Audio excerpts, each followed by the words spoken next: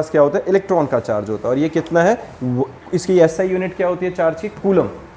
SI unit of charge is coulomb, ठीक है। अब जो एसआई यूनिट ऑफ चार्ज है कूलम, तो मतलब एक इलेक्ट्रॉन का चार्ज इतना है, तो एक कूलम में कितने इलेक्ट्रॉन होंगे, 1/1.6 इंटू 10⁻⁻19, और इसको जब तुम सॉल्व करोगे तो 6.25 इंटू 10⁻18 इलेक्ट्रॉन्स आ जाएगा, ठीक है। 6.25 इंटू 10⁻18 इलेक्ट्रॉन्स मिलजुल कर एक कूलम का चार्ज बनाएंगे, ठीक है। अब एक बात बताओ ज़रा, अगर मैंने कहा कि भाई इसके अंदर जब मैं सर पे रब कर रहा हूँ तो चार्ज आ रहा है, कितना चार्ज आ रहा होगा, 1 electron, 2 electron, 3 electron, 10 electron, 50 electron, 100 electron. क्या ऐसा हो सकता है कि 0.25 इलेक्ट्रॉन आ जाए? दुनिया में सबसे छोटी ही यूनिट इलेक्ट्रॉन है, तो इलेक्ट्रॉन और तो आगे टूट नहीं सकता, तो जितना भी चार्ज होगा वो हमेशा इंटेग्रल मल्टीपल ऑफ इलेक्ट्रॉन के बराबर होना चाहिए कि नहीं। समझ रहे हो ये मेरी बात? एक बात बताओ, मान लेते हैं यहाँ पे ना, यहाँ पे मेरे पास पानी की बॉटल है भाई, ये सील्ड पैक है, ये खुल नहीं सकती, मतलब सबसे छोटी यूनिट यही है। अब मेरे पास ऐसी ऐसी 1000 बॉटल पड़ी हैं। यहाँ से एक बच्चा आता है मेरे को आके कहता है कि सर पानी पकड़ा दो मेरे को, मैं कितना पानी दूंगा? मान लो ये 1 लीटर की बॉटल है, तो मैं या तो 1 लीटर पानी दूंगा, या 2 दूंगा, या 3 लीटर, या 4 लीटर। मैं 1.5 लीटर दे सकता हूँ, मैं 3.5 लीटर दे सकता हूँ, मैं 4.8 लीटर दे सकता हूँ? नहीं, क्योंकि ये बॉटल फर्दर डिसइंटीग्रेट हो ही नहीं सकती है, खुल ही नहीं सकती।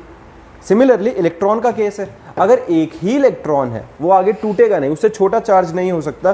तो हमारे पास मैक्स क्या हो सकता है? जितना भी मेरे पास चार्ज रहेगा, total charge Q, that will be integral multiple of charge of electron. भाई ये n की वैल्यू 1 हो सकती है, 2 हो सकती है, 3 हो सकती है, 4, मतलब n will always be equals to some natural number, है ना? तो जो टोटल चार्ज होगा it will always be integral multiple of charge of electron. अगर मैंने कहा मेरे पास 5 इलेक्ट्रॉन्स का ट्रांसफर हो गया, तो टोटल चार्ज कितना आ गया? 5 इंटू 1.6 इंटू 10⁻⁻19। मैंने कहा नहीं, 5000 का हुआ था तो भाई 5000 से मल्टीप्लाई कर देंगे। मैंने कहा 5000 नहीं, 50 लाख का हुआ था, जितने मर्जी का कर दो, बट ये जो नंबर रहने वाला है वो एक नेचुरल नंबर ही रहेगा, डेसिमल्स में कभी आएगा ही नहीं। इसको कहते हैं क्वांटाइजेशन ऑफ चार्ज। इसका मतलब क्या हुआ? The total charge is always equal to number of electron into charge of 1 electron, and this formula is known as quantization of charge, that the total charge is quantized. जितना भी charge होगा वो हमेशा 1 electron, 2 electron, मतलब integral multiple of electrons की form में ही transfer हो सकता है। क्लियर है ये? अब हमारे पास आता है चार्ज के बारे में समझ में आ गया। अब देखो क्या होता है ना, चार्ज के बाद आता है type of electricity. Type of electricity मतलब, अब देखो बिजली के बारे में अब चैप्टर शुरू होता है। अब हमें समझ में आ गया मैंने चार्जेस क्यों समझाए, क्योंकि जब मैंने चैप्टर के बारे में तुमसे पूछा तुम सब चार्जेस बोल ही रहे थे। इसका मतलब इलेक्ट्रिसिटी का ओरिजिन तो चार्ज से ही होता है। अब हम बात करें कि चार्ज तो आ गया है, लेकिन उस चार्ज की वजह से इलेक्ट्रिसिटी कब आती है? जब फ्लो ऑफ चार्ज आता है। जब फ्लो ऑफ चार्ज आएगा तो 2 तरीके से चार्ज का फ्लो हो सकता है। पहला, जब फ्लो है ही नहीं, स्टैटिक इलेक्ट्रिसिटी। स्टैटिक का वर्ड का मतलब समझते हो? स्टैटिक का मतलब रेस्ट पे है, और ये स्टैटिक इलेक्ट्रिसिटी है। स्टैटिक कैसे? बिजली कड़कती है हवा में, देखा है? वो जो बिजली कड़कती है क्यों कड़कती है? एक क्लाउड के ऊपर पॉजिटिव चार्ज आ गया, एक क्लाउड के ऊपर नेगेटिव चार्ज आ गया, और किसी रीजन की वजह से वो आपस में कॉन्टेक्ट में आए, तो पॉजिटिव और नेगेटिव मिलेंगे तो क्या होगा? न्यूट्रलाइजेशन। न्यूट्रल हुआ और वो पॉजिटिव और नेगेटिव मिलकर एनर्जी में कन्वर्ट होते हैं। समझ में आई है ये बात? तो दैट इज स्टैटिक इलेक्ट्रिसिटी, जब स्पार्क प्रोड्यूस होता है, जिसके अंदर हमारा charge remain at rest. Lightning में चार्ज रेस्ट पे ही रहेगा, वो फ्लो नहीं करेगा, वो कहीं आगे हम उसको वायर के थ्रू लेकर नहीं आ सकते। दैट इज, कपड़ों में भी होता है स्टैटिक इलेक्ट्रिसिटी, हमारे पास कॉमन है। कब होता है? सर्दियों के अंदर हमने देखा नहीं है, कपड़े जब उतार रहे होते हैं, पहन रहे होते हैं, सर्दी में जो हमारा जो बेडशीट होती है उसके ऊपर नाखून मारो ऐसे करके अंधेरे में लाइट बंद करके, किया है कभी?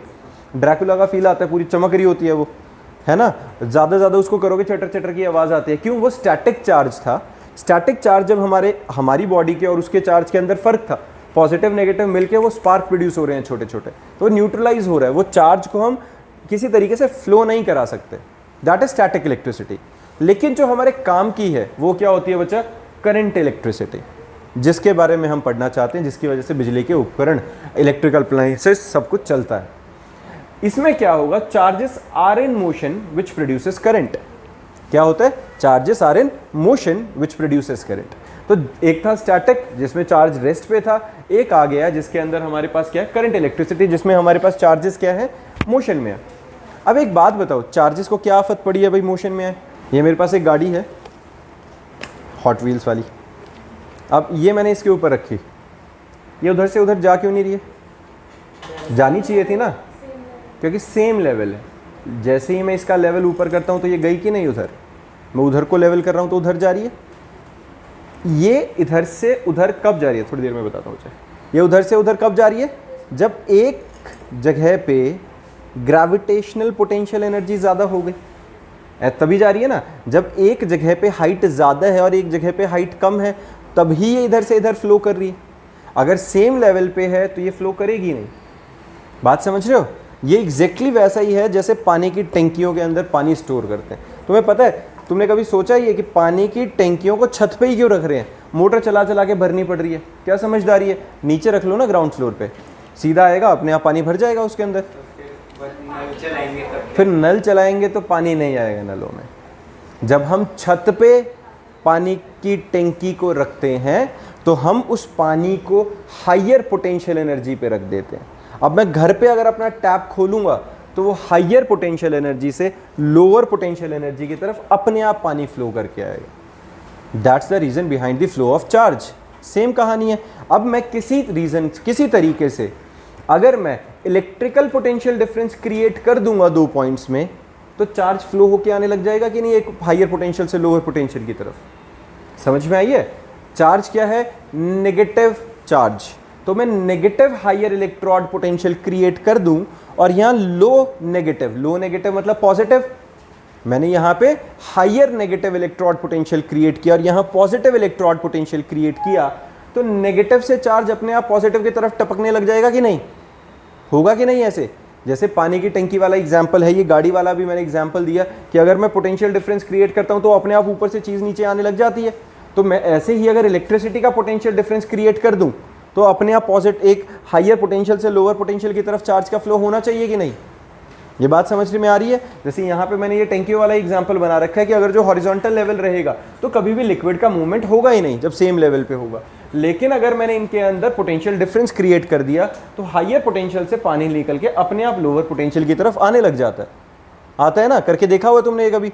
ऊपर टंकी रखी होती है, उसके अंदर पाइप डालो, हल्का सा मुंह से सक्शन क्रिएट करो, एक बार फ्लो कराओगे अपने आप पानी चलता रहेगा लगातार। लेकिन नीचे से ऊपर जोर लगा लो, मोटर लगाए बिना जाएगा नहीं। यानी कि हायर पोटेंशियल से लोअर पोटेंशियल की तरफ अपने आप पानी आता रहेगा। बात समझ में? इलेक्ट्रिसिटी के केस में भी अगर एक बैटरी की हेल्प से, ये क्या होता है बेटा?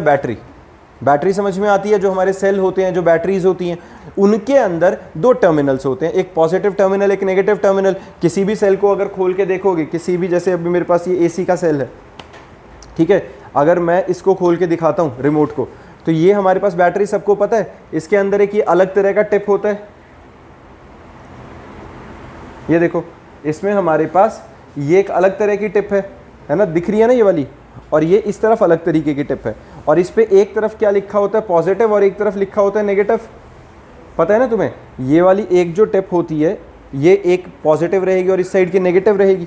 और यही इसके अंदर भी, जैसे अगर जो तुम देखोगे एसी के रिमोट के अंदर, यहाँ क्लियर नहीं दिख पा रहा होगा, पर इसके अंदर भी पॉजिटिव और नेगेटिव लिखा होता है, जिसके अकॉर्डिंगली मुझे इसे लगा देना होता है।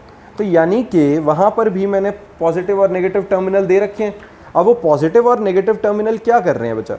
पॉजिटिव और नेगेटिव टर्मिनल क्रिएट कर रहे हैं पोटेंशियल डिफरेंस। उनका सीधा सीधा क्या काम है? पोटेंशियल डिफरेंस क्रिएट करना।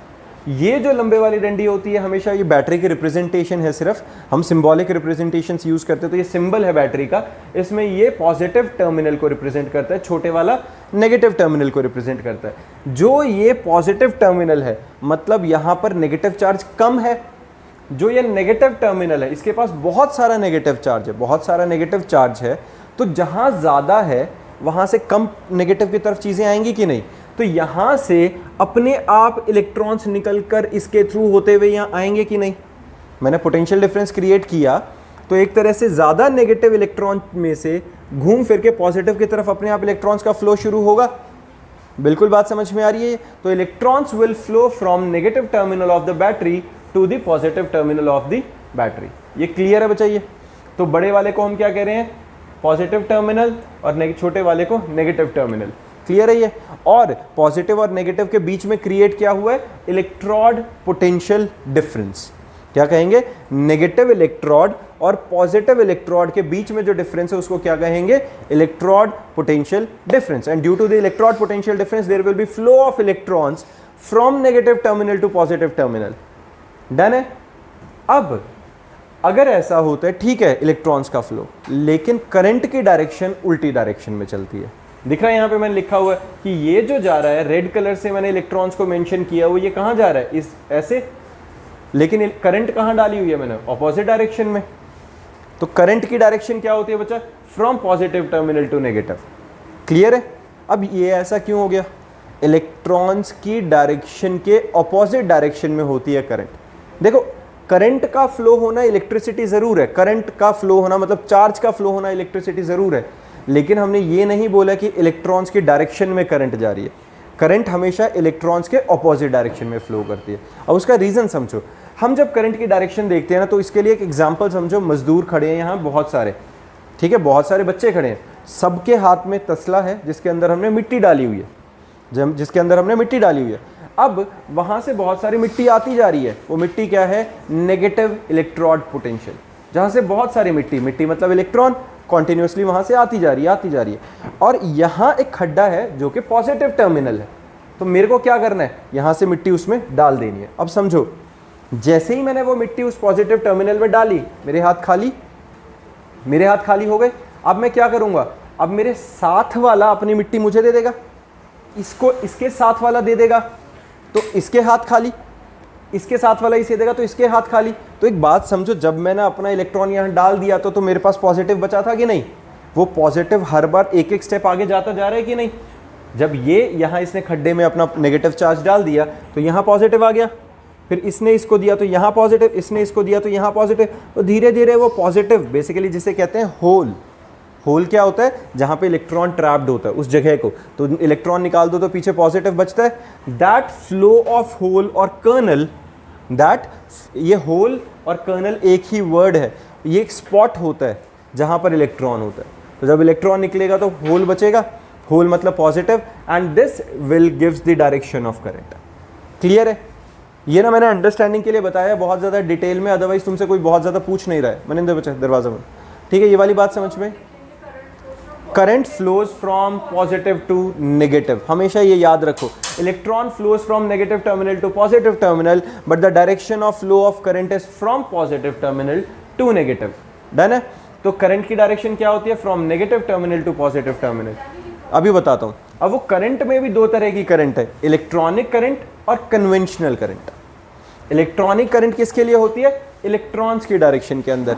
जो डे टू डे लाइफ में हम जिस करंट की बात करते हैं उसे कन्वेंशनल करंट कहते हैं, जो होल्स की डायरेक्शन को रिप्रेजेंट करती है।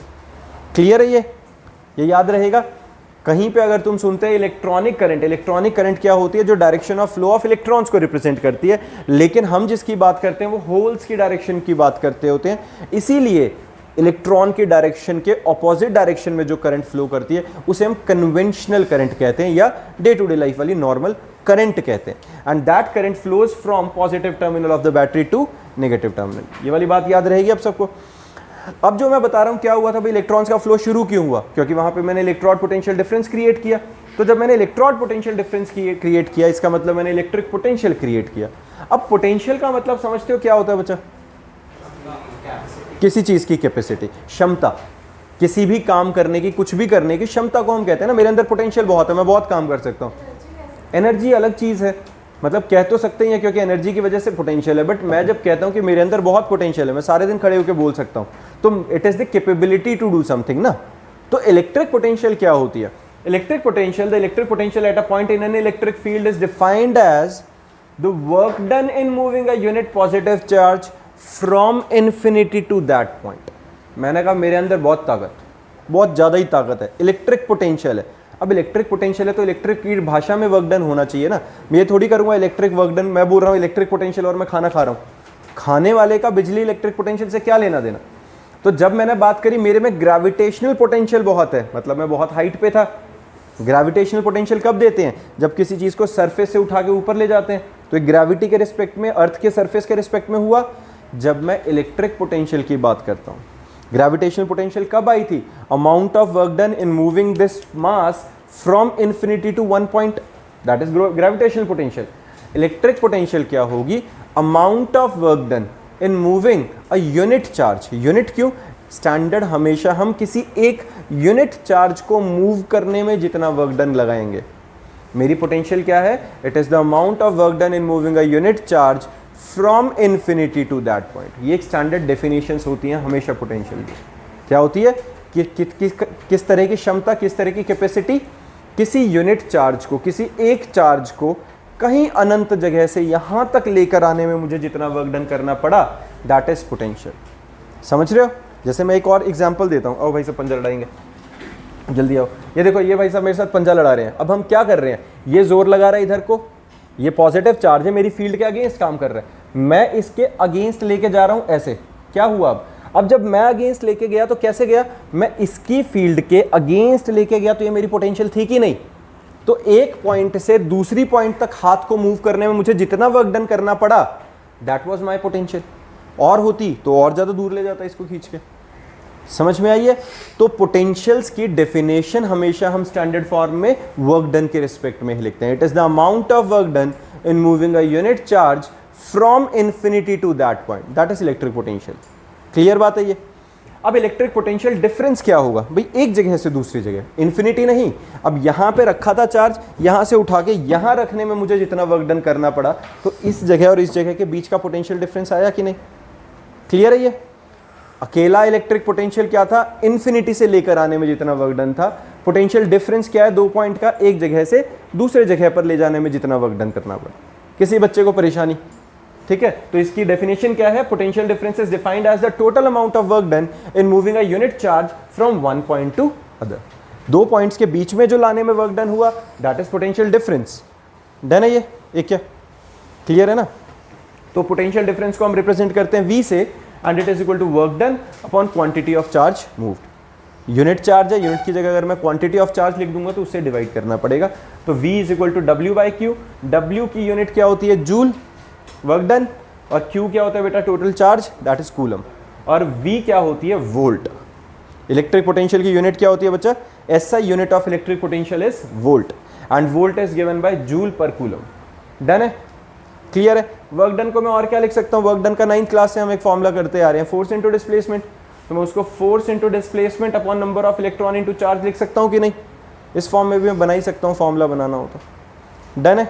चलो, फिर आता है पोटेंशियल डिफरेंस किससे मेजर किया जाता है? वोल्ट मीटर से। वोल्ट मीटर क्या होता है बेटा? एक डिवाइस होती है जिससे हम पोटेंशियल डिफरेंस नाप सकते हैं। हम कहते हैं ना वोल्टेज गिर गई, वोल्टेज अप हो गई, डाउन हो गई, जो वोल्ट मीटर लगे होते हैं, ये इनके अंदर काफियों में लिखा हुआ भी आता है, जो हम लगा देते हैं घरों में। तो हम कहते हैं ना 220 की जगह 210 होगी, 190 होगी, 180 होगी, मुबारक 100 हो गई, ब्लिंक करके बंद हो जाएंगी लाइटें। तो वो क्या हो रहा है? पोटेंशियल गिर रही है। पोटेंशियल गिर रही है तो करंट फ्लो नहीं कर पा रही, तो चीज़ें चल नहीं पा रही अपनी। समझ में आ रही है? और उसको नापता कौन है? Volt meter. वोल्टेज को नापने के लिए डिवाइस क्या होती है? Volt meter. और वोल्ट मीटर की रेजिस्टेंस बहुत हाई होती है। अब ये रेजिस्टेंस क्या बला है, थोड़ी देर में आगे पता चल जाएगा, अभी के लिए सिर्फ ये नोट्स में लिखेंगे। डन है? इसके बाद आता है potential difference is the electric state of a conductor which determines the direction of flow of charge. मतलब क्या हुआ? It is the electric state of conductor. भाई इसी के बिहाफ पे मुझे पता चलेगा। देखो अब जैसे मैंने गाड़ी वाले बात करता हूँ कि डायरेक्शन ऑफ करंट कहाँ है, ये गाड़ी यहाँ है, बीच में रखी है मैंने। अब बताओ ये किधर को जाएगी? कोई बता सकता है किधर को जाएगी? नहीं ना। लेकिन अगर मैं पोटेंशियल डिफरेंस अप्लाई कर दूँ, अगर मैं इसको ऐसे कर दूंगा तो मुझे पता चल गया पीछे को जाएगी, क्योंकि हाइयर पोटेंशियल इधर है। लेकिन अगर मैं यहाँ से ऊपर करूंगा तो ये आगे को जाएगी, क्योंकि हाइयर पोटेंशियल इधर है। तो पोटेंशियल डिफरेंस क्रिएट होने की वजह से मुझे direction of flow of charge पता चल गया कि नहीं? समझ में आई है? तो जो इलेक्ट्रिक पोटेंशियल है, it is something which determines the flow of charge. एक ऐसी चीज जिसकी वजह से मुझे पता चलेगा कि इलेक्ट्रिक करंट किधर को जाएगी, इलेक्ट्रॉन्स किधर को जाएंगे। तो यहाँ पे बहुत ज्यादा नेगेटिव चार्ज था, यहाँ पे बहुत ज्यादा पॉजिटिव था, तो electrons will always flow from negative to positive. यही रहेगा।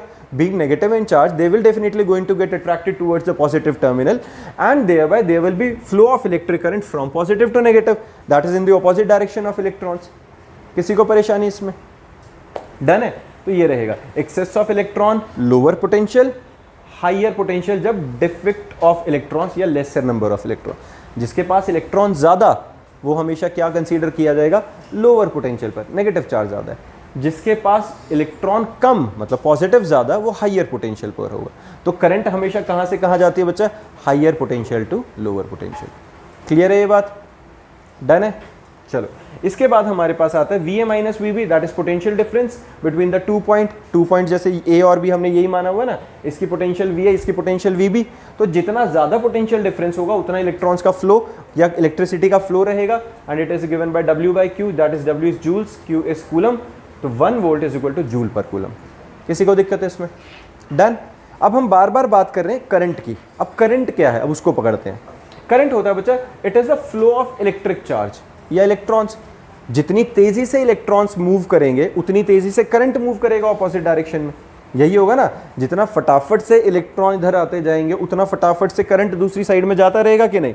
तो इलेक्ट्रिक करंट क्या होता है? Rate of flow of electrons या rate of flow of electric charge.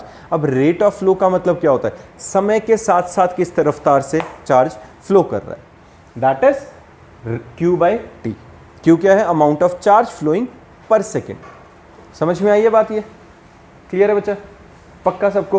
तो हमारे पास करंट क्या होती है? Q upon T, it is the rate of flow of electrons per unit charge. Done.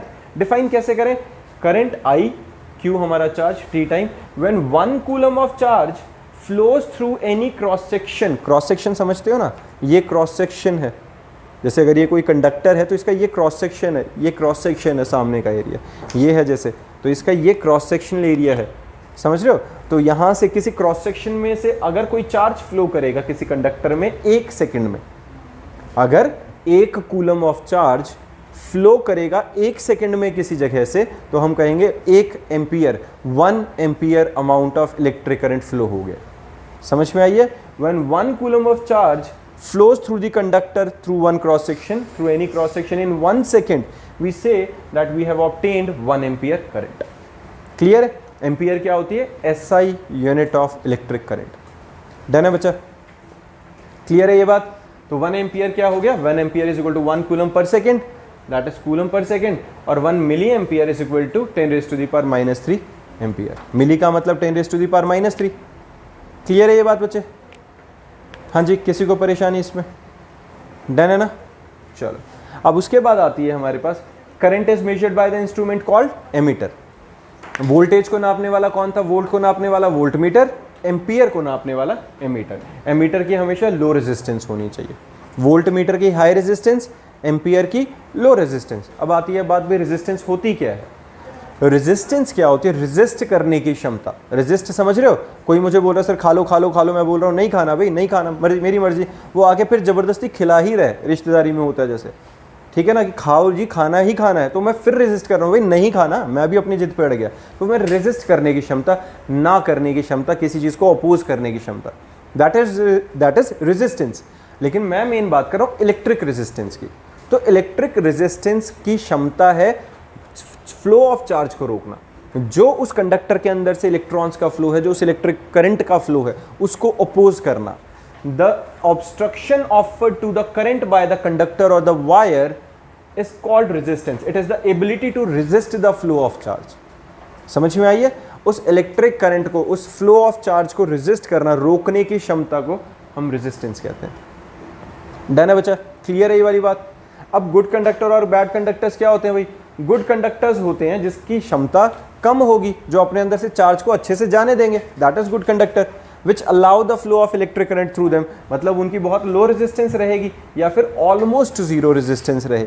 दुनिया में ऐसी कोई चीज़ कम ही है जिसका जीरो रेजिस्टेंस है, और जिसका जीरो रेजिस्टेंस है उसे हम सुपर कंडक्टर कह देते हैं। और बैड कंडक्टर्स क्या होते हैं? जिसकी हाई रेजिस्टेंस होती है। भाई बिजली को जाने तो देंगे, बहुत दो रोक रोक के जाने देंगे, बहुत कम जाने देंगे, दैट इज बैड कंडक्टर्स। और जो इंसुलेटर्स होते हैं वो होते हैं जो तो बिल्कुल बिजली को जाने ही नहीं देंगे, रबर है, वुड है, या जो भी अपना नॉन कंडक्टर्स हैं, प्लास्टिक है, तो वो वेरी वेरी हाई रेजिस्टेंस होता है, इतनी हाई रेजिस्टेंस कि वो इलेक्ट्रिक करंट को बिल्कुल ही फ्लो नहीं करने देंगे, या ऑलमोस्ट इनफाइनाइट रेजिस्टेंस। समझ में आई है ये बात? कंडक्टर्स और इंसुलेटर का कंसेप्ट समझ में आ गया। अब देखो होता क्या है भाई, दुनिया की हर चीज़ के अंदर ना इलेक्ट्रॉन्स हैं, वो रैंडम इधर उधर मूव कर रहे थे, जब तक मूव कर रहे हैं चल रहे हैं, लेकिन जैसे ही मैं पोटेंशियल डिफरेंस अप्लाइड कर देता हूँ तो हर इलेक्ट्रॉन एक सर्टेन डायरेक्शन में ड्रिफ्ट होके चला जाता है, खिंचा चला जाता है। किस टर्मिनल की तरफ? पॉजिटिव की तरफ। हमारे पास क्या होगा यहाँ पे? पॉजिटिव टर्मिनल यहाँ है, तो every electron will get drifted towards the positive terminal. तो electrons get drifted towards the positive terminal under the influence of potential difference applied. Clear है ये वाली बात? किसी को परेशानी? डन।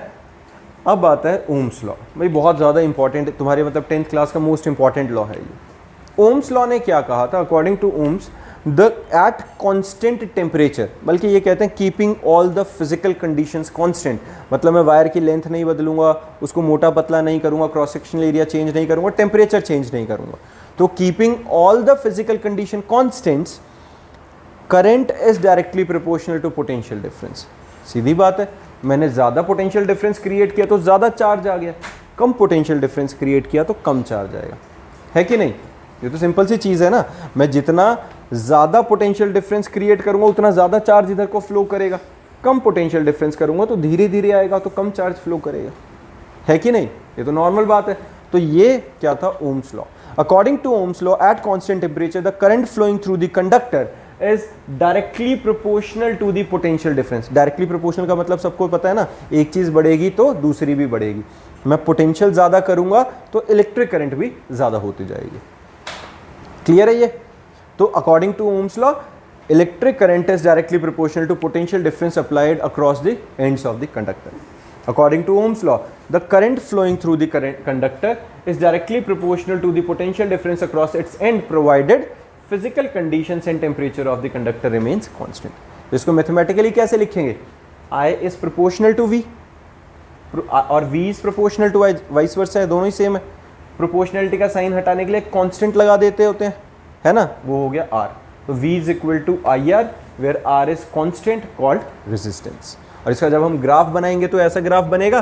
ग्राफ कैसा बनेगा? V is equal to I R का प्रोपोर्शनैलिटी का अगर हमें ग्राफ बनाना होता है बच्चे तो कैसा बनता है? स्ट्रेट लाइन ग्राफ, है ना, क्योंकि जैसे जैसे अगर मैं ऐसा बना रहा हूँ, हाँ जी, तो यहाँ पे जैसे जैसे मैं पोटेंशियल बढ़ाता जाऊँगा वैसे वैसे फ्लो ऑफ इलेक्ट्रॉन्स बढ़ते जाएंगे या करंट बढ़ती जाएगी। तो ये प्रोपोर्शनैलिटी का साइन आ गया। क्लियर है? तो हमारे पास bye Ohm's law we can say V is equal to IR और resistance can be written as V by I। ठीक है, इस Ohm's law में हमारे पास क्या आ गया? आप देखो Ohms में R आ गया है, रेजिस्टेंस आ गई। रेजिस्टेंस की यूनिट क्या होती है बच्चा? ओम। इसका सिंबल होता है ऐसा सा। क्लियर है? ये सिंबल किसका है? रेजिस्टेंस का, ओम। और V क्या होता है हमारे पास? वोल्ट। और I क्या होता है बच्चा? एम्पियर।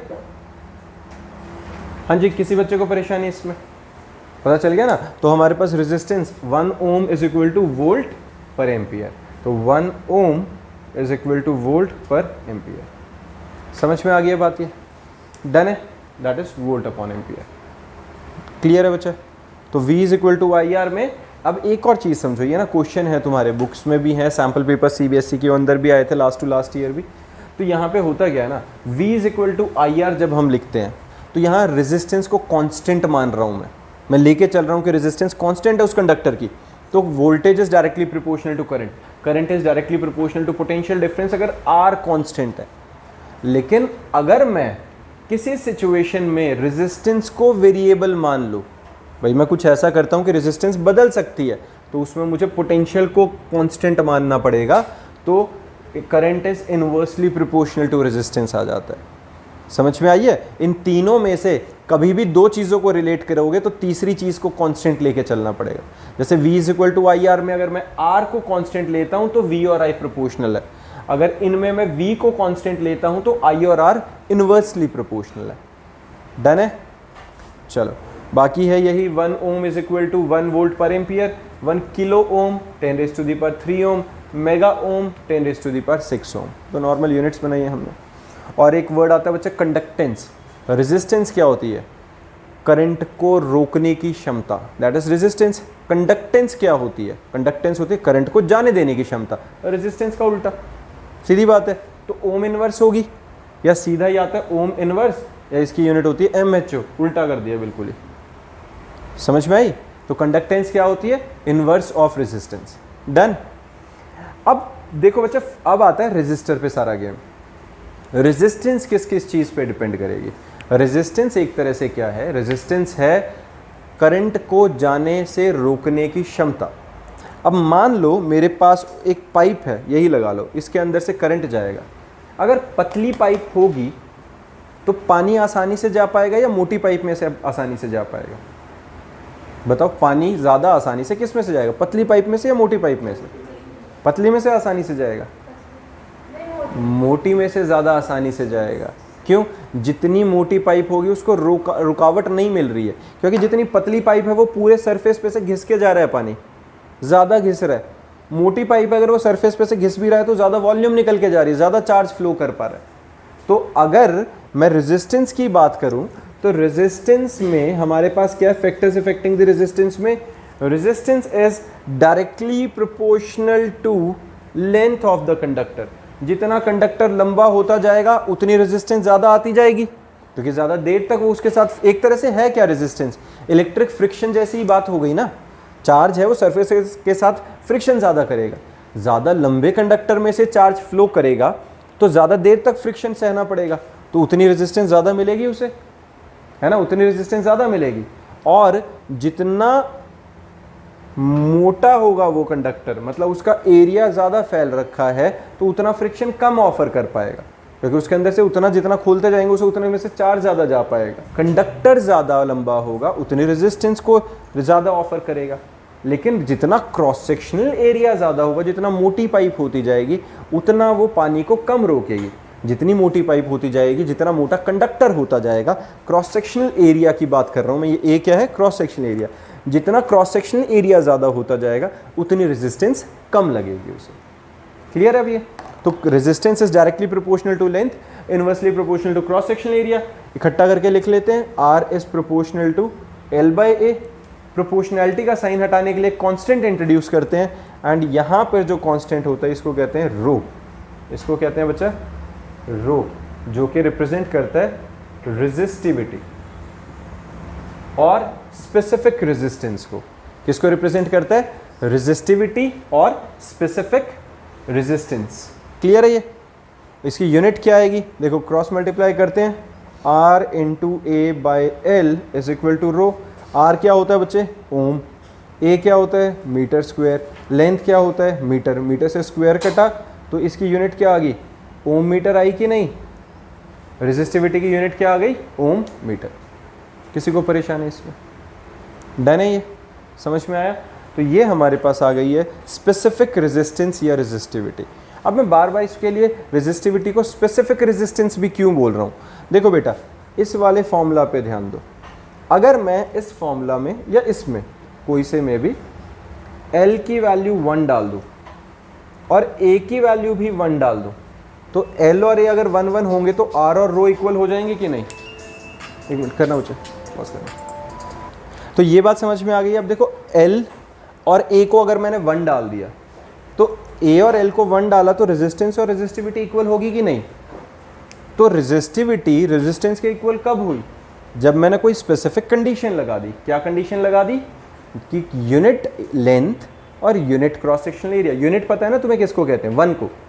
तो it is the amount of resistance offered by the conductor of unit length and unit cross sectional area. समझ? अलग अलग है, पर रेजिस्टिविटी उस रेजिस्टेंस के इक्वल हो जाएगी अगर क्या होगा? देखो मेरी बात समझो ना, रेजिस्टिविटी है क्या? Resistivity is the amount of resistance offered by that conductor which have unit length and unit cross sectional area. समझ में आई? तो स्पेसिफिक रेजिस्टेंस कह सकते हैं रेजिस्टिविटी को। स्पेसिफिक क्यों? क्योंकि वो उस वक्त की है जब कोई हमने स्पेसिफिक कंडीशन लगा दी है। रेजिस्टेंस तो नॉर्मल है कि it is the obstruction offered by the any conductor. Resistivity specific resistance, that amount of resistance, वो रेजिस्टेंस जो सिर्फ वही कंडक्टर ऑफर करेगा जिसकी 1 यूनिट लेंथ और 1 यूनिट क्रॉस सेक्शनल एरिया। समझ में आई ये बात? नहीं नहीं, मेरी बात सुनो बेटा। देखो मैं बात कर रहा हूँ कि इसके अंदर से रेजिस्टेंस है, बिल्कुल ठीक है। अब मैंने कहा मान लो ये 1 मीटर का है, 1 मीटर का ये है, और एक काम करते हैं, 1 मीटर का था, इसका क्रॉस सेक्शनल एरिया भी 1 मीटर स्क्वायर का बन गया। ठीक है, अब 1 मीटर स्क्वायर का क्रॉस सेक्शनल एरिया और 1 मीटर की ही लेंथ। अब ये कंडक्टर जितनी रेजिस्टेंस ऑफर करेगा, स्पेसिफिक ये कंडक्टर जिसकी 1 यूनिट क्रॉस सेक्शनल एरिया और 1 यूनिट लेंथ है, जब ये कंडक्टर जितनी रेजिस्टेंस ऑफर करेगा, दैट इज स्पेसिफिक रेजिस्टेंस। दुनिया का कोई भी कंडक्टर, नॉर्मल कंडक्टर, अलग अलग लेंथ, अलग अलग क्रॉस सेक्शनल एरिया वाला जो रेजिस्टेंस ऑफर करेगा वो रेजिस्टेंस होती है। तो रेजिस्टिविटी एक कांस्टेंट वैल्यू होगी कि नहीं? वो तो फिर एक फिक्स कंडक्टर के लिए ही हो गई, इसीलिए उसे कांस्टेंट लेके चलते हैं। लेकिन वो हर सब्सटेंस की अपनी अपनी होती है। हर नॉर्मल कंडक्टर के बारे में बात, रेजिस्टिविटी एक स्पेसिफिक केस होता है। क्लियर है अब ये बात? तो रेजिस्टिविटी क्या होती है? रेजिस्टिविटी और specific resistance may be defined as the amount of resistance offered by the conductor of unit length and unit cross sectional area. Done है बच्चे? इस पीडीएफ के अंदर ना काफ़ी जगह पे काफ़ी न्यूमेरिकल्स हैं। ये मैं पीडीएफ पूरी सेंड कर दूंगा तुम्हें, और हर बच्चे को ये अटेम्प्ट करके रखने हैं न्यूमेरिकल्स। एक क्लास लगाएंगे डाउट सेशन की तरह, जिसके अंदर हम ये सारे न्यूमेरिकल डिस्कस करेंगे, ठीक है ना। तो मैं अभी न्यूमेरिकल नहीं करा रहा हूँ, पहले टॉपिक वाइंड अप कर लेते हैं, फिर ये न्यूमेरिकल्स तुम घर से भी करके लाओगे और यहाँ पे भी हम डिस्कस करेंगे। तो ये कुछ न्यूमेरिकल्स हैं जो तुम्हें अटेम्प्ट करने हैं, मैं फिर क्लास में भी डिस्कस कराऊंगा। कोई नहीं, अभी है पहले देखो ईएमएफ। ईएमएफ क्या है बेटा? Electromotive force. जो मैंने अभी वोल्टेज बता रहा था तब से, उसी का एक और नाम होता है बच्चे ईएमएफ, इलेक्ट्रोमोटिव फोर्स। ये तुम्हारे सिलेबस में नहीं है, ये एक्स्ट्रा है थोड़ा सा। ये होता है electromotive force, maximum potential difference offered by the battery when no current is flowing. मतलब क्या हुआ, मैंने एक टंकी के अंदर पानी रखा, यहाँ पे टैप लगाई, पर टैप खोली नहीं है, चार्ज का फ्लो नहीं हो रहा है, उस वक्त जो पोटेंशियल डिफरेंस है that is maximum potential difference, उसको कहते हैं ईएमएफ। अब मैं टैप खोल दूंगा तो थोड़ा सा तो पानी वैसे ही आने जाने में वेस्ट हो गया, थोड़ा सा पोटेंशियल ड्रॉप तो हो ही गया। तो वो इंटरनल पोटेंशियल ड्रॉप होने के बाद, मतलब क्लोज सर्किट के लिए जब करंट फ्लो कर रहा है, उस वक्त जो पोटेंशियल डिफरेंस ऑफर्ड होता है उसको हम नॉर्मल वोल्टेज या नॉर्मल पोटेंशियल डिफरेंस कहते हैं। ये समझ में आई ये बात? तो ईएमएफ क्या होता है बच्चे? ओपन सर्किट के लिए it is the maximum amount of potential which can be offered by the battery, that is EMF. तो न्यूमेरिकल्स में ईएमएफ या वोल्टेज लिखा है तो घबराना नहीं है, दोनों का मतलब सेम है। इलेक्ट्रोमोटिव फोर्स, ईएमएफ या वोल्टेज या वोल्ट, ये दोनों का, या पोटेंशियल डिफरेंस, दोनों का मतलब सेम है। क्लियर है ये बात? तो ईएमएफ और पोटेंशियल डिफरेंस का फर्क समझ में आ गया। तो देखो होता क्या है ना, बैटरी के अंदर ही थोड़ा बहुत पोटेंशियल ड्रॉप हो जाता है जैसे ही सर्किट ऑन होता है। 2 मिनट बेटा अभी। तो जब भी हम बैटरी को जैसे ही मेन सर्किट क्लोज करते हैं ना, तो थोड़ा सा potential difference, potential drop with in the battery हो जाता है। तो वो जो पोटेंशियल ड्रॉप क्यों? क्योंकि भाई बैटरी के अंदर भी थोड़ी बहुत रेजिस्टेंस होती है। तो यहाँ पर हमारे पास होता क्या है, जिस टाइम पे मैं बैटरी की बात कर रहा हूँ, तो बैटरी के अंदर एक इंटरनल रेजिस्टेंस होता है थोड़ा बहुत, खुद का ही। अब देखो V is equal to I R होता है ओम्स लॉ के अकॉर्डिंगली। तो ये V क्या होता है? It is the amount of potential dropped by the resistance R when amount of current flowing through the circuit. तो भाई R रेजिस्टर में I amount of current flow करेगी तो थोड़ा सा पोटेंशियल ड्रॉप हो जाता है। जब करंट थी ही नहीं तो कोई पोटेंशियल ड्रॉप नहीं था, तो उस वक्त क्या था? EMF। तो ये थोड़ा सा पोटेंशियल ड्रॉप होता है, तो उसको अगर हम माइनस करेंगे तो हमारा इलेक्ट्रिक पोटेंशियल आता है। ये रिलेशन होता है हमारा E minus I R is equal to electric potential. ये CBSE में कम यूज़ होता है, बड़ी क्लासेस में जाके आएगा, 10th लेवल पे कम है, ठीक है। अब आता है रेजिस्टेंस। रेजिस्टेंस हम बार बार बात कर रहे हैं, रेजिस्टेंस की बात करिए। रेजिस्टेंस क्या होता है बेटा? Resistance is the obstruction offered by the certain substance to current. इस तरह की चीज़ें तुमने कभी लगी देखी हैं? बहुत सारा, कोई भी इलेक्ट्रिक कंपोनेंट खोल लो, इलेक्ट्रिकल अप्लायंसेस खोल लो, हर किसी के अंदर ये रंग बिरंगी सी चीज़ें होती हैं। ये क्या लगा रखे होते हैं? नॉर्मल रेजिस्टर्स ही हैं। और रेजिस्टर का मतलब सिर्फ यही नहीं होता है, दुनिया की हर चीज़ रेजिस्टर की तरह काम कर ही रही है। कॉन्टिन्यूसली बहुत देर के लिए एक तार के अंदर से करंट आएगा तो वो गर्म होना शुरू हो जाता है। क्यों? उसके अंदर ऑब्स्ट्रक्शन ऑफर्ड हो रही है बिजली को रोकने की, तो उस वजह से हीट प्रोड्यूस हो रही है। मेरे पास यहाँ पे अगर लाइट लगी हुई है तो इन लाइट के अंदर क्या है? जो नॉर्मल पहले टंगस्टन बल्ब भी होता था, वो क्या होता था? हम ऑन करते हैं और वो हीट अप हो जाता है ना। हीट होगा क्यों? क्योंकि उसके अंदर ऑब्स्ट्रक्शन ऑफर हो रही है करंट के अगेंस्ट, तो वो ऑब्स्ट्रक्शन के चक्कर में फ्रिक्शन है, एक तरह से इलेक्ट्रिक फ्रिक्शन, हीट अप हो जाता है। तो इलेक्ट्रिकल अप्लायंसेस भी रेजिस्टर का ही काम करते हैं, लेकिन कहीं इलेक्ट्रॉनिक कंपोनेंट्स के अंदर मुझे कुछ स्पेसिफिक अमाउंट ऑफ करंट को ही जाने देना है। तो मैं क्या करूँगा? जो ज़्यादा करंट आ रही है उसको रोकने के लिए मैं रुकावट के लिए छोटी छोटी चीज़ें लगा दूँ जो फालतू करंट को रोक लें। उन रोकने वाली चीज़ों को क्या कहते हैं? रेजिस्टर्स। क्लियर है ये? अब मैं रेजिस्टर्स को 2 तरीके से लगा सकता हूँ। बेटा ये डेरिवेशन पेपर में आएगी पक्का, जो मैं अभी कराने वाला हूँ, आसान है, ध्यान से समझना। Resistors when connected in series और resistors when connected in parallel, combination of resistance है बेसिकली। देखो जरा, ये क्या है? Combination of resistance.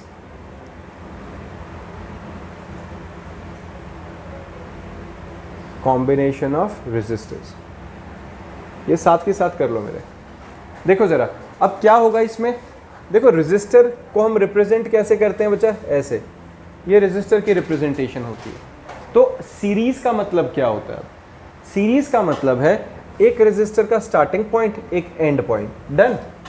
और जहां एंड पॉइंट है वहां दूसरे रेजिस्टर का स्टार्टिंग पॉइंट आ जाता है और फिर एंड पॉइंट आ जाता है। समझ में आई? जैसे हम ट्रेन बनाते हैं ना, पीछे वाला बच्चा आगे वाले बच्चे की टी शर्ट पकड़ लेता है, तो वो एक स्टार्टिंग फिर एक एंड, एक स्टार्टिंग एक एंड, ऐसे चलता है। तो ये रेजिस्टर्स इस तरीके से कनेक्टेड है, और इनको मैंने किससे कनेक्ट कर दिया है? एक बैटरी से। करंट की डायरेक्शन कहाँ को जाएगी? पॉजिटिव टर्मिनल से नेगेटिव की तरफ। तो मैंने कहा आई करंट फ्लो कर रही है इसके अंदर से। ये रेजिस्टर R1, ये रेजिस्टर R2, इसकी वोल्टेज कितनी है? V। तो ये रेजिस्टर के अंदर से जब करंट जाएगी तो ये रेजिस्टर क्या करेगा? करंट को हल्का सा रोकेगा, हल्का सा करंट को रोकेगा। ये कैसे? सोच के देखो, इसका इमेजिनेशन समझना। यहाँ पे पानी की टंकी रखी हुई है, यहाँ ग्राउंड लेवल है, तो यहाँ से पानी आ रहा है। अब एक बार पतली पाइप आ रही है, एक बार बीच में फिर मोटी पाइप आ रही है, और एक बार मान लो फिर पतली आ रही है, कोई और दूसरे लेवल की आ रही है। तो ये जो ऊपर वाली पाइप है, ये अपने तरीके से पानी का फ्लो रोक देगी कि नहीं?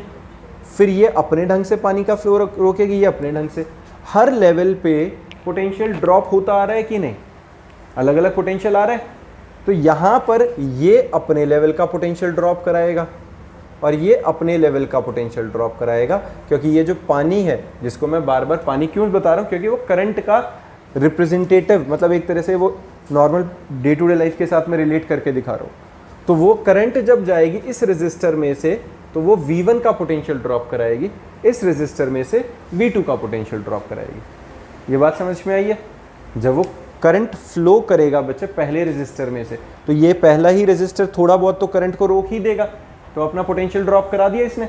अब जो बचा हुआ करंट है, मतलब देखो करंट रुक तो सकता नहीं, पानी तो ऊपर से सारा नीचे आना ही है, लेकिन उसकी एनर्जी कम हो गई है, उसकी पोटेंशियल कम हो गई है। जैसे समझ रहे हो? जैसे यहाँ से अगर जो कोई पानी बह रहा है तो यहाँ टकरा टकरा के जाके स्लो हो गया, लेकिन जाएगा तो पूरा ही, ऐसा नहीं है कि पानी स्टोर हो सकता है। तो करंट तो सेम जाएगी, लेकिन पोटेंशियल ड्रॉप होके जाएगी, यहाँ अपने हिस्से की, यहाँ अपने हिस्से की।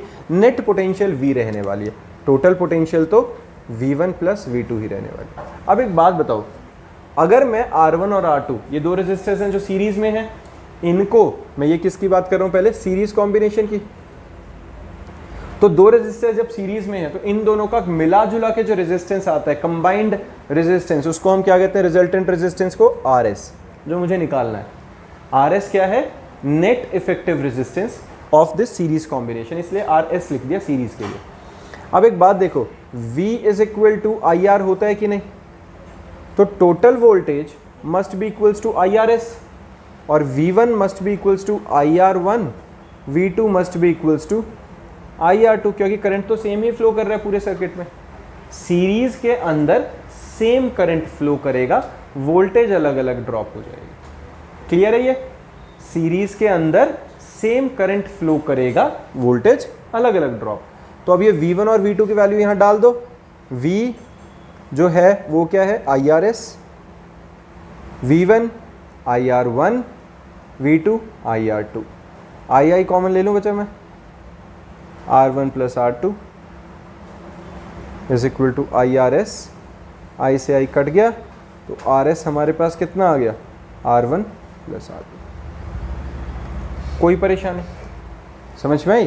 तो अगर दो रेजिस्टर्स, तीन रेजिस्टर्स, चार रेजिस्टर्स, जितने मर्जी रेजिस्टर्स को मैं सीरीज में लगा दूंगा, तो नेट इफेक्टिव रेजिस्टेंस क्या होती है? ऐड ऑन हो जाती है। नेट इफेक्टिव रेजिस्टेंस अगर 1, 2, 3 अप टू सो ऑन, बहुत सारे रेजिस्टर्स लगा दिए, Rn लगा दिए, Rn मतलब nth तक, तो मेरे पास टोटल रेजिस्टेंस क्या आएगा? R1 plus R2 plus R3 plus up to so on Rn, जिसको मैं सिग्मा में लिख लूँगा अगर, तो Ri where I goes to 1 to। किसी को परेशानी? क्लियर है ना? एल्जेब्रिक सम हो जाएगा, सीधा सीधा रेजिस्टेंस का क्या बन जाएगा मेरे पास? सिग्मा लग जाएगा, समीशन हो जाएगा। डन है ये? पक्का? किसी बच्चे को परेशानी तो नहीं है बच्चा इसमें? समझ में आ रहा है सबको? इसके बाद हमारे पास आता है जब मैं पैरेलल कॉम्बिनेशन की बात करता हूँ। सिग्मा क्या मतलब क्या होता है बेटा? Summation, add. तो 1, 2, 3, 4 up to so on nth term है, तो सबका सम कर दिया मैंने। दो रेजिस्टर्स लगाए थे तो 2 का सम किया, 3 सीरीज में लगेंगे 3 का सम करेंगे, 10 करेंगे होंगे तो 10 का, n है तो n का सम, तो उसके लिए मैंने सिग्मा लगा दिया। क्लियर? अब आता है पैरेलल कॉम्बिनेशन।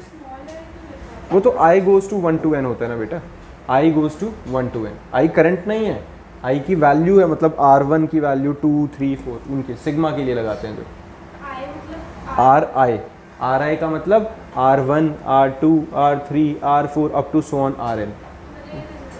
नहीं नहीं, सिग्मा के लिए यूज हुआ है। अब हमारे पास है बेटा पैरेलल कॉम्बिनेशन। देखो पैरेलल कॉम्बिनेशन में क्या होता है, एक रेजिस्टर ये है, एक रेजिस्टर ये है। अब क्या हुआ, दोनों का स्टार्टिंग पॉइंट एक है, दोनों का एंड पॉइंट एक है, ठीक है ना, दोनों का स्टार्टिंग पॉइंट एक और दोनों का एंड पॉइंट एक, और यहां पे मैंने इसको कनेक्ट कर दिया एक बैटरी के साथ। तो देखो यहां पर ना जंक्शन क्रिएट होता है बच्चा। पैरेलल कॉम्बिनेशन में हमेशा क्या होता है, एक जंक्शन क्रिएट होता है। जंक्शन समझते हो, जहां से रीडिस्ट्रीब्यूट होता है। रेलवे जंक्शन सुना है, सारी ट्रेन इकट्ठी होती है और उसके बाद वापस बढ़ जाती हैं अपने अपने ढंग से, जहां से रीडिस्ट्रीब्यूशन होता है। जैसे यहां से अब करंट आई आए और वो करंट I1 में और I2 में बंट गई। ये कैसा है, इसको अगर समझने की कोशिश करो, ये एग्जैक्टली वही है। पानी की टंकी लगाई, नीचे ग्राउंड है, मैंने दो अलग अलग पाइप्स लगा दी, एक अलग क्रॉस सेक्शनल की और एक अलग की। ध्यान से देखो, दोनों का पोटेंशियल डिफरेंस तो सेम है, ग्रेविटेशनल पोटेंशियल डिफरेंस में कोई फर्क नहीं, लेकिन इसमें से अपने हिस्से का पानी गया, इसमें से अपने हिस्से का। करंट अलग अलग गई कि नहीं, पानी बेसिकली हर बार चार्ज या करंट के लिए मैं बोल रहा हूँ, तो करंट अलग अलग गई है पर पोटेंशियल सेम है। यहाँ पर क्या था, पोटेंशियल अलग अलग थी, करंट सेम था। सीरीज में पोटेंशियल डिफरेंट थी, करंट सेम था। पैरेलल में करंट डिफरेंट होगा, पोटेंशियल सबकी सेम रहने वाली। ये बात समझ में आ गई है, डन। अब एक बात देखो, जो करंट है यही करंट आकर आई करंट ही तो I1 और I2 में रीडिस्ट्रीब्यूट हुई है कि नहीं, तो I must be equals to I1 plus I2 होना चाहिए कि नहीं बच्चा। I must be equals to I1 plus I2, तो V is equal to IR होता है, अपने को पता है। तो I की R की जगह मैं RP लिख दूं, इन दोनों की मिला जुला के जो रेजिस्टेंस आएगी। RP क्यों लिखा है, सीरीज के लिए RS लिखा था, पैरेलल के लिए RP लिख लिया, कोई दिक्कत। तो यहां से करंट की वैल्यू क्या निकालूंगा, V बाई RP। ऐसे ही जो I1 निकलेगा वो क्या निकलेगा, V बाई R1, I2 क्या निकलेगा, V बाई R2। और ये I1 I2 और I की वैल्यू इस वाले में डाल दूं, I की जगह पे V बाई RP, I1 की जगह पे V बाई R1, I2 की जगह पे V by R2। V common लेके काट दें, 1 by R1 plus 1 by R2 is equal to V by RP। V से भी कट गया, तो 1 by RP is equal to 1 by R1 plus 1 by R2। ये हमारे पास नेट इफेक्टिव रेजिस्टेंस आ गया पैरेलल के लिए। ये रेसिप्रोकल आया है, इसको एलसीएम लेके सॉल्व करके रेसिप्रोकल कर देंगे तो टोटल आ जाएगा कि नहीं। जैसे 1 by RP can be written as R1 R2 times R2 plus R1, और we can say RP is equal to R1 R2 by R1 plus R2। Done है, किसी बच्चे को परेशानी, क्लियर है। और अगर ऐसे ऐसे मैं बहुत सारे लगा दूं, 1 2 3 4 nth तक ले जाऊंगा, तो उनका मैं क्या करूंगा, nth तक लेकर जाऊंगा तो उसके लिए भी सिग्मा लगा सकता हूं कि नहीं। जैसे 2 रेजिस्टेंस थे तो 1 by R1 1 by R2, 3 4 5 up to n होंगे तो सबका रेसिप्रोकल करके ऐड करते जाओ, नेट इफेक्टिव रेजिस्टेंस के रेसिप्रोकल के इक्वल आ जाएगा। जो आएगा उसका रेसिप्रोकल करके टोटल RP निकल आएगा हमारे पास। क्लियर है ये बात। ये हमारे पास सीरीज पैरेलल कॉम्बिनेशन खत्म हो जाता है। डन है, इफेक्टिव रेजिस्टेंस समझ में आ गई है सबको, क्लियर। इसके बाद इसके कुछ न्यूमेरिकल्स हैं, सेम वही मैं बात बोल रहा हूँ भाई, ट्राई करके आएंगे, नेक्स्ट क्लास में मिलेंगे और उसी के साथ फिर मैं इसे डिस्कस करा दूंगा। हमारे पास है अब electric power, next topic. Electric power क्या होता है बच्चा, power rate of doing work, पता है सबको। इलेक्ट्रिक पावर क्या होता है, rate of doing work, work done upon time taken. Work done को हम लिख सकते हैं W इंटू क्यू, ये V इंटू क्यू, सॉरी, कहाँ से, electric potential is the amount of work done per unit charge. तो वर्क डन को मैं क्या लिख सकता हूँ, V इंटू क्यू लिख सकता हूँ कि नहीं, क्रॉस मल्टीप्लाई करके। और Q क्या होता है, करंट इंटू टाइम। समझ में आ रही है, Q क्या होता है, करंट इंटू टाइम। ये करंट इंटू टाइम कहाँ से आता है, करंट इनटू टाइम हमारा आया था यहाँ से, देखो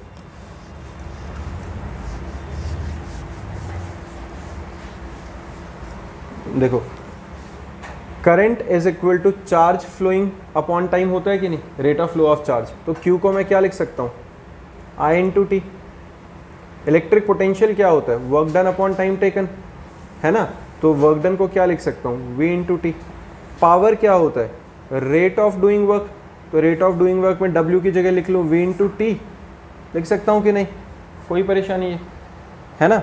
और V को क्या लिख लूँ, क्यू टी, तो W upon V upon T, T से टी कटेगा, V की जगह मेरे पास क्या आ जाएगा, V को मैं क्या लिख, W को क्या लिख सकता हूँ, VT आ गया यहाँ पे। हाँ जी, यहाँ तक कोई दिक्कत, पहले ये बताओ, ये वाली बात समझ में आई है जो मैंने बोला, W बाई टी और उसको मैं V इंटू क्यू लिख सकता हूँ, जो हमारे W को, Q को लिखूंगा आई टी, टी से टी कटेगा, तो हमारे पास power is equal to V I बना कि नहीं, क्लियर है। Power is equal to V into I आ गया। यहाँ पे जिस टाइम पे मैं Q लिख रहा था ना, मैंने वो छोड़ दिया था, W जो मेरे पास V था, यहाँ पे V ये था, W is equal to V into Q, ये आ गया, ठीक है। और Q को मैं क्या लिख सकता हूँ, Q को लिख सकता हूँ I T upon T, T से टी कट के power is equal to V I, ये हमारा रिलेशन आ गया, डन है। तो P is equal to V I समझ में आ गया, डन, पक्का। अब एक बात बताओ बच्चे, हमें पता है V को मैं क्या लिख सकता हूँ, V is equal to I R, ohm's law के accordingly V is equal to I R लिख सकता हूँ, तो I into I square into R हो गया। और I को क्या लिख सकता हूँ, V बाई आर, तो V into V square by R आ गया। तो वो मैनिपुलेट कर रहा हूँ सिर्फ मैं वैल्यूज इधर उधर डाल के। तो ये हमारे पास 3 पावर के फॉर्मूलाज आ जाते हैं। और पावर की स्टैंडर्ड यूनिट क्या होती है, वॉट, और watt is equal to volt into ampere, clear है। Power is equal to V I, V volt और आई एम्पियर, डन है। सिमिलरली इलेक्ट्रिक एनर्जी की बात करूं तो एनर्जी क्या आएगा बच्चा, देखो टाइम मल्टीप्लाई हो जाता है सिर्फ। एनर्जी क्या होता है, पावर होता है rate of doing work, work क्या होगा, टाइम को पावर के साथ क्रॉस मल्टीप्लाई करो, तो energy is equal to V I into T. तो जो पावर था इंटू टाइम हो गया, सिर्फ वी आई टी बन गया। वी आई टी में सेम वही V is equal to I R डालेंगे तो आई स्क्वायर आर बन जाएगा। तो ये सारे इसके फॉर्मूलाज बन जाएंगे। Work done is equal to W into Q, पीछे से आ जाओ बच्चा, तो वी आई टी या आई स्क्वायर आर टी या वी स्क्वायर बाई आर, और ऐसा यूनिट क्या रहती है इसकी, जूल, क्लियर है। इसी में हमारे पास 1 किलोवाट को क्या लिखोगे बच्चा, देखो पावर जूल पर सेकंड, 1 किलोवाट 10⁻³ वाट, मेगा 10⁻6 वाट, गीगावाट 10⁻9 वाट, डन है। अब एक आता है बच्चा, देखो इलेक्ट्रिक एनर्जी क्या हुआ, power into time, power kilowatt time hours. तो ये नई यूनिट बता रहा हूं मैं, ये क्या होती है बच्चा, commercial unit of electric energy. हाँ जी बच्चा, 2 मिनट रुक जाओ बस। तो ये क्या है हमारे पास, commercial unit of electrical energy. Commercial unit of electrical energy मतलब किलो वाट आवर। जो हमारे घर पे हम नहीं कहते कि बिजली की इतनी यूनिट निकल गई हैं, पापा डांट रहे होते हैं या बोल रहे होते हैं कि भाई हाँ इतनी यूनिट फालतू वेस्ट कर रहे हो तुम, बिजली बंद कर दो, एसी ऑफ कर दो, तो वो किलो वाट आवर होती है जो यूनिट कहते हैं। This is the commercial unit of electric energy, that is kilo watt hour. तो किलो वाट आवर, किलो को लिख सकता हूँ 1000, आवर्स को अगर मुझे सेकेंड्स में लिखना है तो 60 इंटू 60 लिख लूँ, तो 3600 मल्टीप्लाई होके 1 kilowatt hour is equal to 3.6 into 10⁻6 joule. ये हमारा 1 यूनिट ऑफ एनर्जी की यूनिट है, ठीक है, 3.6 इंटू 10⁻6 जूल्स, डन। अगर मुझे रेट निकालना है, घर पे बिल कितना आ रहा है, तो कैसे आएगा, कॉस्ट ऑफ इलेक्ट्रिसिटी, जितनी यूनिट निकली है और जितना 1 यूनिट का कॉस्ट है, डन है। फिर लास्ट आता है हमारा टॉपिक है heating effect of electric current.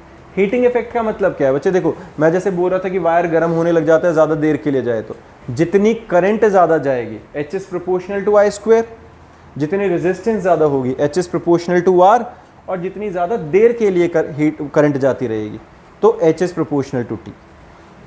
H is proportional to amount of current flowing, it is proportional to square of current. H is directly proportional to resistance, H is directly proportional to time. Combine करके लिखा है H is proportional to I square R T, directly proportional का sign हटाते हैं तो H is equal to I square R T joules में। और अगर कैलोरीज में लिखना है, कैलोरीज पता है ना, जो हम किसके लिए यूज़ करते हैं, बेसिकली फ्यूल्स के लिए यूज़ करते हैं, फूड के लिए यूज़ करते हैं हीट में, तो वो 0.24 आई स्क्वायर आर टी कैलोरीज बन जाता है। आई हमारा एम्पियर में, आर ओम्स में, टी सेकेंड में। This relation is called joules law of heating, done है। एक इलेक्ट्रिक फ्यूज़, इलेक्ट्रिक फ्यूज़ हमारे को पता है क्या होता है, एक ऐसी डिवाइस जो कि सेफ्टी डिवाइस होती है, पता है ना, घरों पे लगी होती है। वो क्या होता है, इस टाइप की एक चीज़ होती है, तुमने भी अगर कभी घर के अंदर देखा होगा तो ये मेन सर्किट में सबसे बाहर पहले ये लगी होती है। ये होता क्या है ना, इसके अंदर तुम ध्यान से देखो एक वायर लगा हुआ है, दिख रहा है ये एक पतला सा वायर जा रहा है। इस वायर का क्या काम है, जिस टाइम पे हम क्या करते हैं, मेन सप्लाई आ रही है हमारे घर पे, लाइव वायर जो पीछे से करंट आ रही है, उसके बीच में मैंने एक ऐसी डिवाइस लगा दी है, जिसके अंदर डिवाइस नहीं है, बेसिकली एक पतला तार लगा दिया इसके अंदर। इस तार का स्पेसिफिक पॉइंट है मेल्टिंग पॉइंट, एक थोड़ी सी भी हीट ऊपर होएगी या मेल्ट डाउन कर जाएगा। तो देखो हीट क्या प्रोड्यूस हो रही है, I²RT है ना, या V²/RT। तो जब हमारे पास पोटेंशियल ज़्यादा आएगी या करंट ज़्यादा आएगी, बाय चांस पीछे शॉर्ट सर्किट हो गया, कुछ हो गया, तो जैसे ही करंट या वोल्टेज ज़्यादा आएगी तो हीट ज़्यादा प्रोड्यूस होगी। हीट प्रोड्यूस होते ही सबसे पहले ये मेल्ट डाउन हो जाएगा। ये मेल्ट डाउन हो जाएगा तो हमारे घर पे वो एक्स्ट्रा करंट नहीं पहुंच पाएगी। समझ में आई? जिसकी वजह से हमारे घर के इलेक्ट्रिकल अप्लाइंसेस बच जाएंगे। क्लियर है? और हम उसके साथ क्या लगाते हैं, MCB लगा देते हैं जो ट्रिप कर जाती है, ठीक है। और छोटे डिवाइसेस में हमारे पास आजकल ये भी लगाते होते हैं, जैसे ये तुमने देखा होगा, ये जो अपना इन्वर्टर बैटरीज आती हैं, इन्वर्टर्स आते हैं, उनके अंदर होता है। इसमें भी कहानी तो सेम ही है, वही फ्यूज़ वायर होता है जो मेल्ट डाउन हो जाता है। क्लियर है? ये हमारे पास इलेक्ट्रिकल अप्लाइंस है। It is a safety device which is use to limit the current in electric circuit. Clear है? इसी के साथ हमारा पूरा चैप्टर खत्म हो जाता है।